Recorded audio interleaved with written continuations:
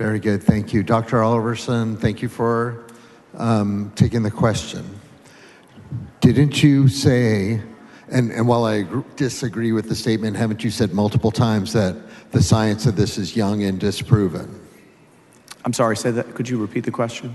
So while I may disagree with the statement, did you not assert on multiple statements in your layout and in these bills that the science on the treatment of gender dysphoria is young, disproven, and lacks what you would consider more rigorous study? Is that true? I think what I said, just to be clear, is that the science on gender dysphoria lacks sufficient high-quality evidence to document its benefit, and that there is a growing list of harms that are now well established and side effects that accompany a patient for life. So thank you. So you did say it lacks evidence.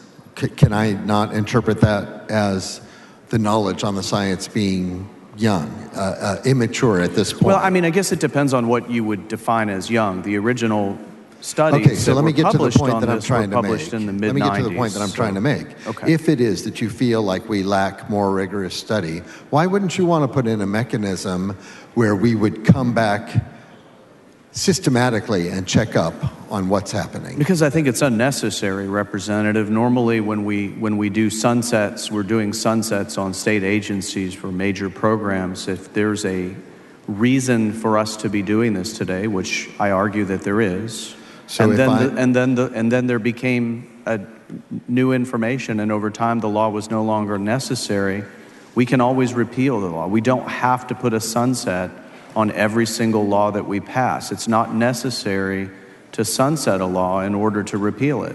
So I'm going to assert in this next question that the Greater Medical Society disagrees with some of the statements that you are making over and over here, and saying that there's mounting evidence that it does more harm than good, when in fact the American Medical Association strongly in support of these types of care. So given that we're operating outside of the recommendations of a body of expertise, I don't understand why you would disagree with putting in a mechanism to ensure that we come back later and assess if we're actually doing more harm than good. Respectfully, Representative, I don't think we are operating outside the body of expertise. So well, I know you disagree with that assertion, and reasonable people can disagree. Thank you.